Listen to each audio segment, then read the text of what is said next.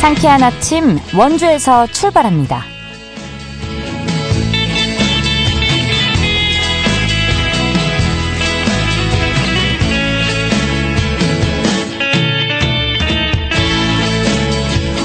여러분 안녕하십니까? 11월 15일 금요일 KBS 원주방송국에서 보내드리는 상쾌한 아침 원주에서 출발합니다.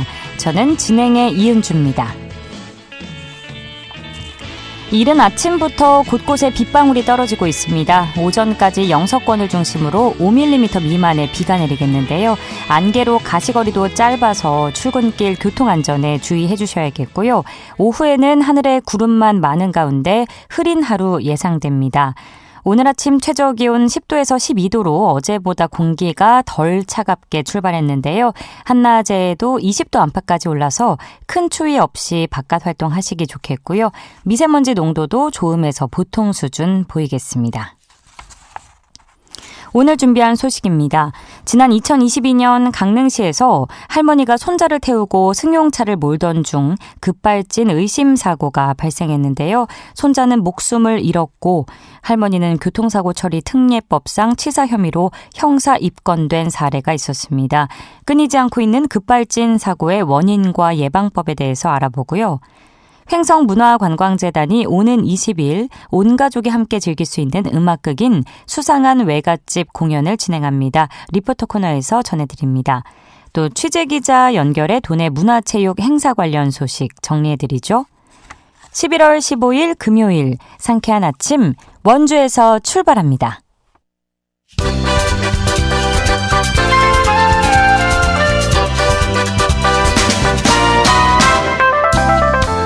오늘의 뉴스입니다. 평창초등학교가 산림청 주관 2024 학교숲 우수사업지 공모전에 전국 12개의 학교가 참여한 가운데 조성 분야 산림청장상을 수상했습니다. 평창초등학교의 학교숲은 국비, 도비, 군비를 추가 투입해 2023년에 조성됐으며 교목과 관목, 지피류를 다양하게 식재해 다채로운 계절감을 느낄 수 있는 공간을 연출했습니다. 또한 지역 주민들도 쉽게 접근할 수 있도록 학교 숲을 개방해 운영하고 있어 우수한 평가를 받았습니다. 육군 제36보병 사단이 어제 백호강당에서 2024년 6.25 전사자 발굴 유해 합동 연결식을 개최했습니다. 사단은 지난 3월 25일부터 9월 27일까지 횡성군 송안리와 평창군 신리 일대에서 발굴에 나섰는데요. 이를 통해 올해 전사자 유해 10구와 유품 1166점을 발굴했습니다. 합동 연결식을 통해 봉송된 유해는 국방부 유해발굴 감식단으로 옮겨져 유전자 검사를 거쳐 국립현충원에 안치될 예정입니다. 제32회 세계 장애인의 날을 기념하는 전국 장애인 합창대회가 어제 강원대학교 백령아트센터에서 열렸습니다.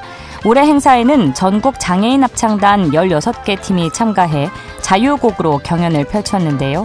장애인 합창대회는 지난 1992년 유엔이 세계 장애인의 권리 신장과 인권 회복을 촉구하고자 지정한 세계 장애인의 날 32주년을 기념하고 장애인 합창의 예술적 가치를 알리기 위해 마련됐습니다. 오늘의 뉴스였습니다.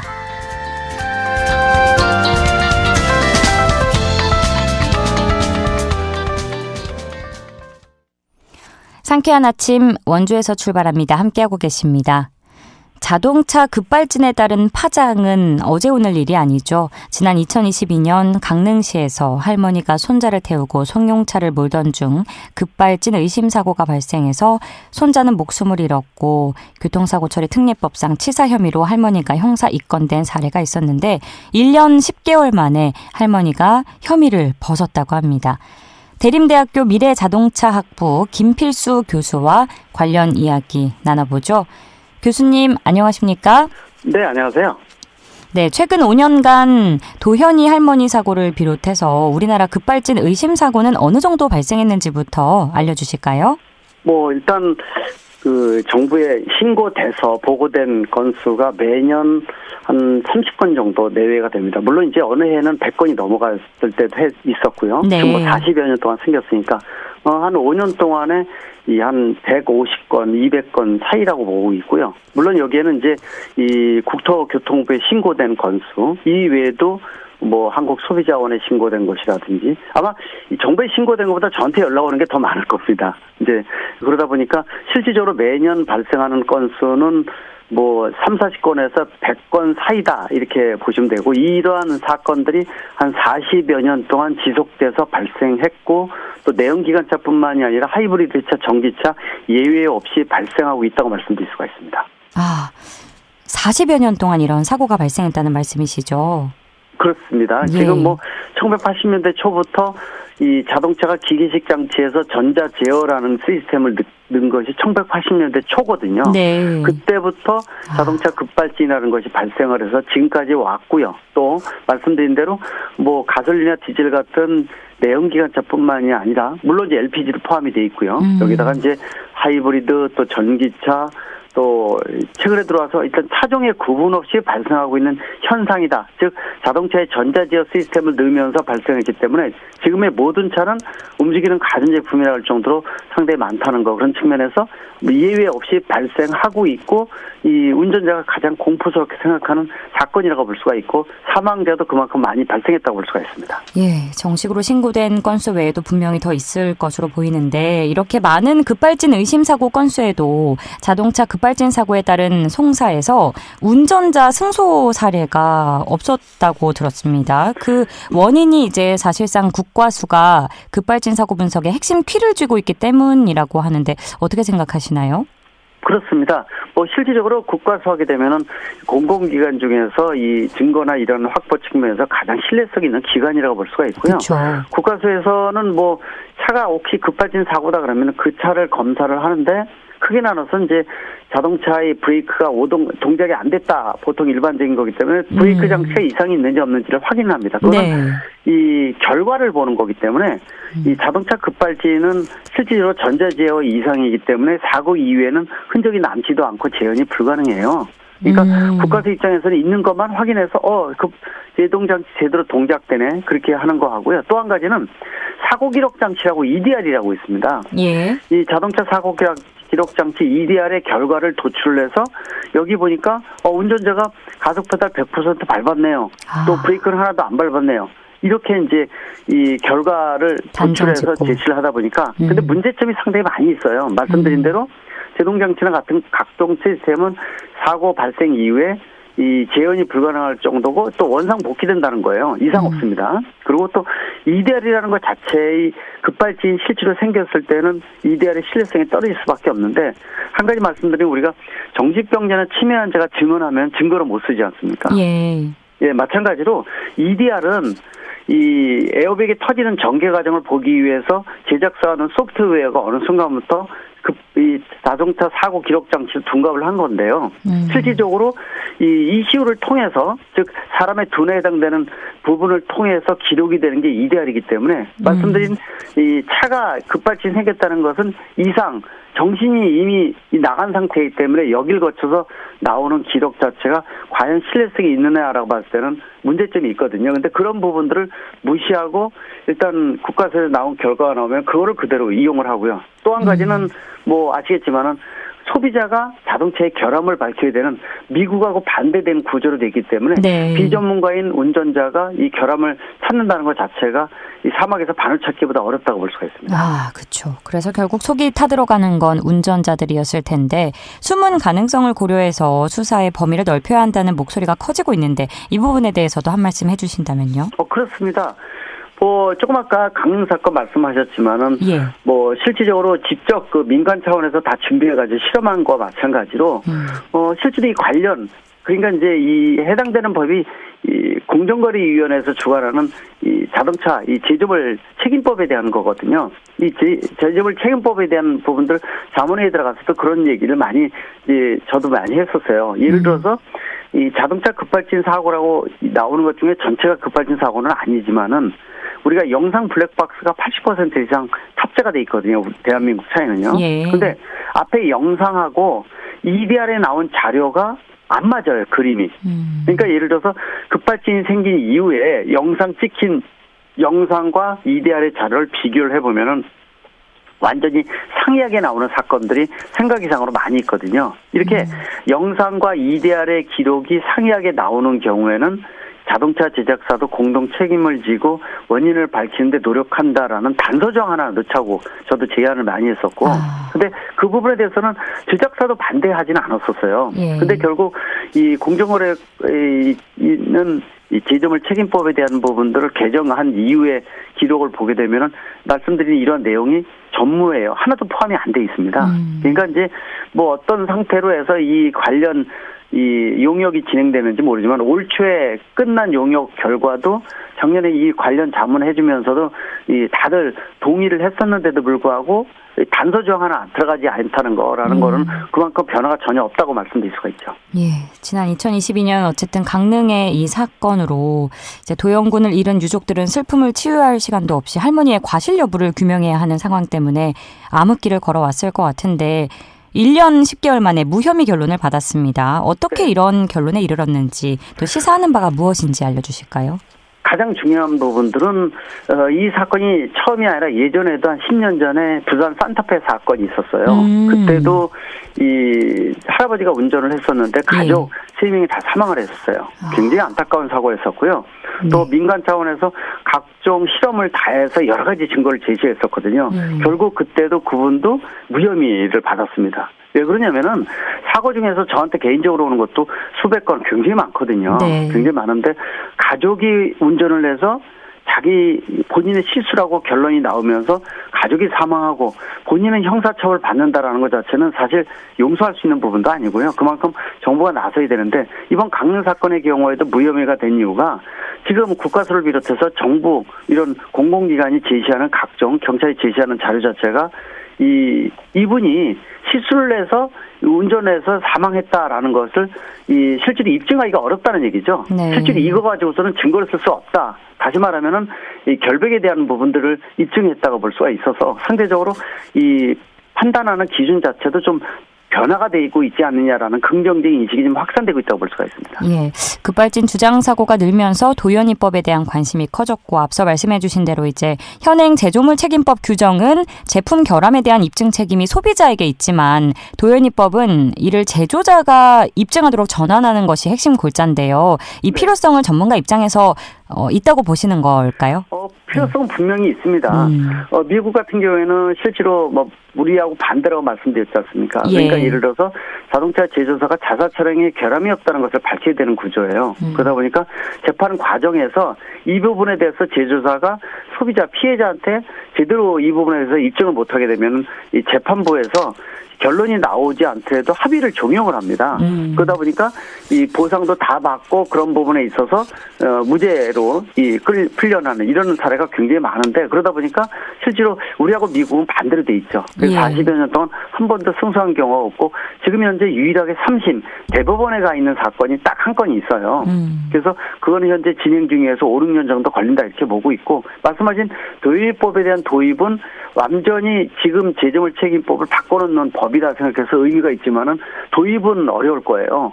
지금 현재 최근에 몇 개월 사이에 보게 되면은 이 소비자 관련 단체에서 도입법 입법에 대한 중요성을 강조를 하면서 여러 번 국회에서 정책 토론회를 열고 있거든요.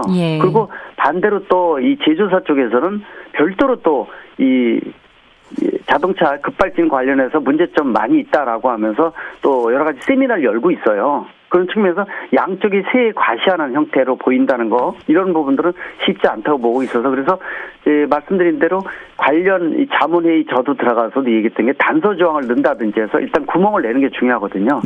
입증 책임에 대한 것들을 소비자한테 운전자 피해자한테 다 전가하지 말고 제작사나 또는 공공기관 또 나서서 이 이상한 사건들에 대해서 좀 책임에 대한 것들을 공동 책임을 지고 나서라라는 시작점이 굉장히 중요하다 분명히 볼 수가 있습니다. 예, 교수님 저희가 안타깝게도 시간이 다 돼서요. 페달 오조작 발생률을 줄이고 급발진 의심사고를 예방하기 위해서 앞으로도 많이 이렇게 목소리 내주시길 부탁드리고요. 저희가 다음에 기회가 닿으면 또 연결하도록 하겠습니다. 알겠습니다. 오늘 말씀 고맙습니다. 네, 감사합니다. 지금까지 대림대학교 미래자동차학부 김필수 교수였습니다.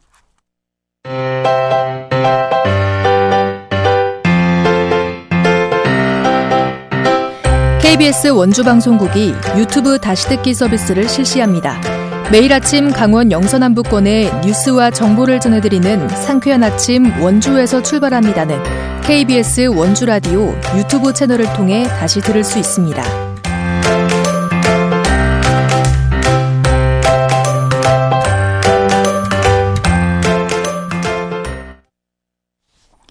횡성문화관광재단이 오는 20일 횡성문화예술회관에서 온 가족이 함께 즐길 수 있는 공연 수상한 외갓집을 선보이는데요. 전통 연희와 뮤지컬을 결합한 가족 음악극에 대해서 자세한 이야기 김소혜 리포터와 나눠보겠습니다. 안녕하세요. 네, 안녕하세요. 네, 우선 수상한 외갓집 어떤 공연인지부터 소개해 주시죠.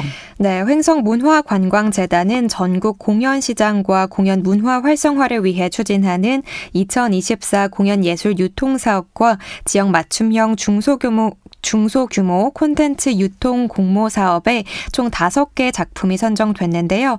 지난 6월부터 작품성을 인정받은 수준 높은 초청작들을 월 1회씩 국민들에게 선보이고 있습니다. 네. 횡성 지역의 문화 공연 활성화를 위해 추진하고 있는 사업인데요. 수상한 외갓집은 올해 마지막 작품이라고 합니다.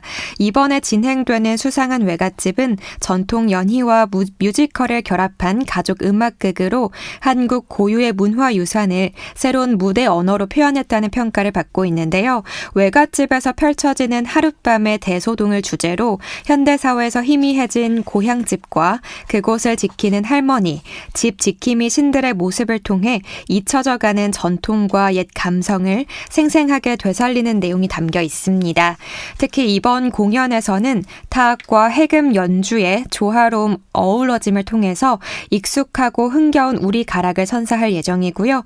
관객들이 시골집의 옛 감성을 느낄 수 있도록 구성됐다고 합니다. 공연과 관련된 더 자세한 이야기 횡성문화관광재단 조혜미 문화사업팀장에게 들어봤습니다.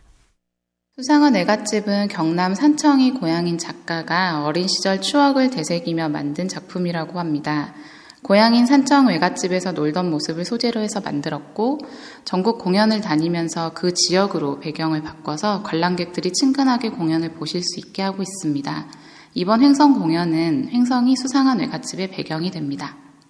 아무래도 횡성이 배경이다 보니 국민들께서 더 친근하고 편안하게 관람하실 수 있을 것 같고요.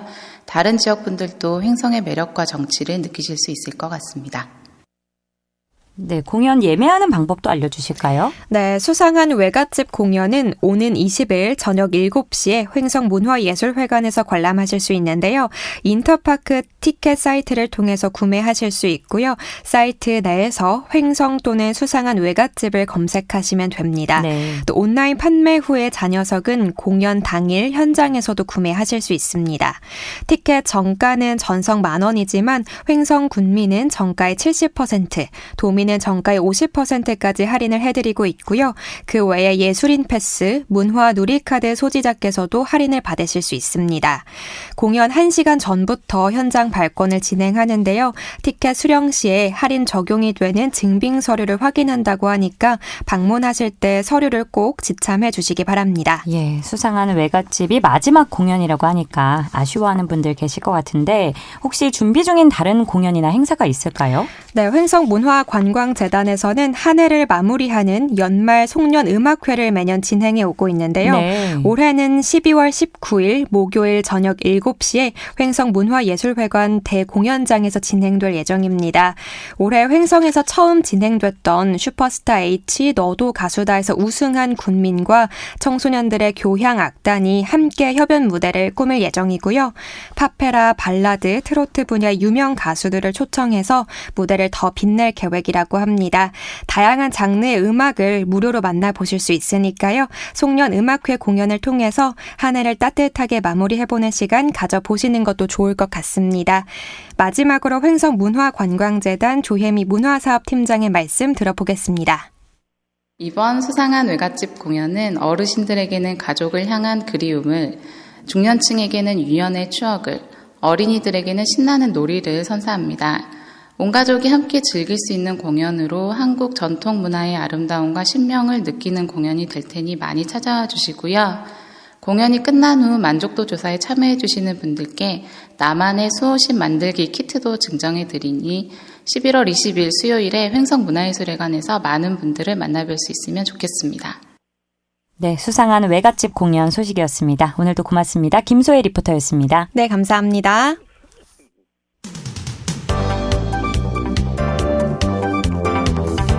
생생한 현장, 유익한 생활 정보를 전해드리겠습니다.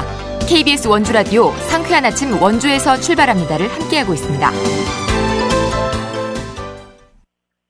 취재기자 연결해 주간 도내 문화체육 행사 관련 소식 알아보는 시간입니다. 연합뉴스 강원 취재본부 박영석 기자 연결합니다. 박영석 기자, 안녕하십니까? 네, 안녕하십니까. 연합뉴스 박영석 기자입니다. 네, 먼저 원주에서 주말을 맞아서 여러 행사가 열린다고요? 그렇습니다. 우선 한국관광공사가 지역 관광 활성화를 위해 추진하는 11월 여행 가는 가을 캠페인에 맞춰 원주시가 숨은 관광지인 치악산 성황림 한정개방 행사를 16일 토요일 진행합니다. 지난 2일에 이어 두 번째 행사인데요. 네. 천연기념물 제93호인 성황림은 90여 종의 나무 1,500여 그루를 비롯해 노루기, 복수초 등 다양한 수종이 서식하는 온대지방 대표 낙엽수림입니다. 조선시대 말기부터 마을에 수호신을 모시던 선왕당이 자리 잡고 있으며 생태적, 학술적 가치가 높아 평소에는 일반인의 출입을 제한하는 곳인데요. 행사에 참여하시면 트랙터 마차 체험, 숲 해설, 싱잉볼, 핸드펜 연주, 웰니스, 명상 등을 즐기실 수 있고요. 이어서 경동대 메디컬 자 페스티벌이 오는 16일부터 17일까지 이틀간 경동대 메디컬 캠퍼스에서 열립니다. 초, 중, 고교생을 대상으로 간호사, 물리치료사, 안경사, 응급구조사, 임상병리사, 작업치료사 등 8개 분야 직업을 체험할 수 있는 실습 형태의 진로 체험이 준비되어 있다고 하니까요. 다양한 첨단 산업 및 특성화 분야 진로를 체험하고 꿈을 키울 기회를 가져보시는 것도 좋겠습니다. 예, 원주 행사 소식이었고요. 평창에서는 단돈 1,000원으로 영화를 볼 수 있다고요? 맞습니다. 평창군이 다음 주 월요일부터 금요일까지 해피칠백 평창시네마에서 평창시네마 가을 영화제를 개최하는 건데요. 네. 영화제 기간에 1회 관람료 단돈 1,000원으로 영화를 즐기실 수 있는데요. 평창군이 주관하고 평창영화보험협동조합이 주최하는 이번 행사는 영상문화 대중화 및 활성화를 위해 기획되었으며 지역 주민들뿐만 아니라 외부 방문객도 참여하실 수가 있습니다. 상영 영화는 요즘 아이들이 너무 좋아하는 영화죠. 사랑의 핫쇼핑, 그리고 아마존 활명수, 보통의 가족, 어른 김장아, 청설, 데드라인까지 총 6편이며 남녀노소 모두 즐길 수 있는 작품성과 대중성을 고루 갖춘 최신 영화 위주의 작품으로 선정돼서 즐겁게 관람하실 수 있을 것 같아요. 아무쪼록 많은 분이 1,000원으로 문화 혜택을 즐기시길 바랍니다. 네, 너무나 좋은 소식이고 또 가을하면 독서의 계절인데 평창에서 독서를 많이 하면 아이패드를 받을 수 있다고 하는데 이건 어떤 소식인가요? 바로 평창군이 해피칠백 용평도서관 재개관을 기념해 국민들에게 아이패드를 선물로 증정하는 이벤트를 펼치는 건데요. 네. 도서관 재개관도 널리 알리고 독서문화 활성화를 위해 오는 20일부터 12월 31일까지 용평도서관 방문 횟수와 도서대출 수를 합한 순위를 정해 5명에게 아이패드와 문화상품권 등 통 큰 선물을 쏜다고 합니다. 아이패드를 받을 욕심으로 무작정 책을 무제한으로 받으시면 안 되잖아요. 네. 그래서 도서관 방문 횟수는 하루 1회만 인정되고 도서대출 횟수는 대출 당일 반납자로는 제외한다고 합니다. 무엇보다 책과 친해지길 바라는 마음에서 여는 행사이니만큼 이벤트에 연연하지 않고 도서관을 많이 이용하신다면 아이패드 없어도 뚝 부러지는 삶을 사실 수 있을 거라고 생각이 듭니다. 네, 마지막으로 농구 소식인데요. 원주 DB의 경기력이 차츰 회복되고 있다고요? 그렇습니다. 원주 DB는 바로 어제 대구체육관에서 열린 프로농구 정규리그 대구 한국가스공사와의 경기에서 69대 64로 이겼는데요. 네. 2라운드 들어 첫 승리입니다. 고무적인 점은 최근 3경기에서 2승 1패를 거두면서 차츰 경기력을 끌어올리고 있다는 점인데요. 지난 10일 열린 1라운드 마지막 경기에서 창원 LG의 22점 차 대승을 거뒀고 12일 서울 SK 나이츠전에서는 지기는 했지만 마지막까지 박빙의 승부를 펼치기도 했습니다.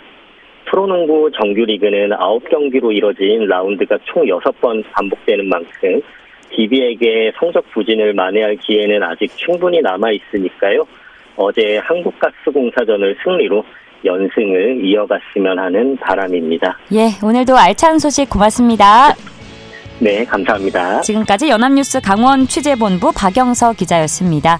11월 15일에 전해드린 순서 여기까지입니다. 저는 다음 주 월요일 아침 8시 30분에 다시 찾아뵙죠. 지금까지 진행의 이은주였습니다. 여러분, 좋은 하루, 즐거운 주말 보내세요.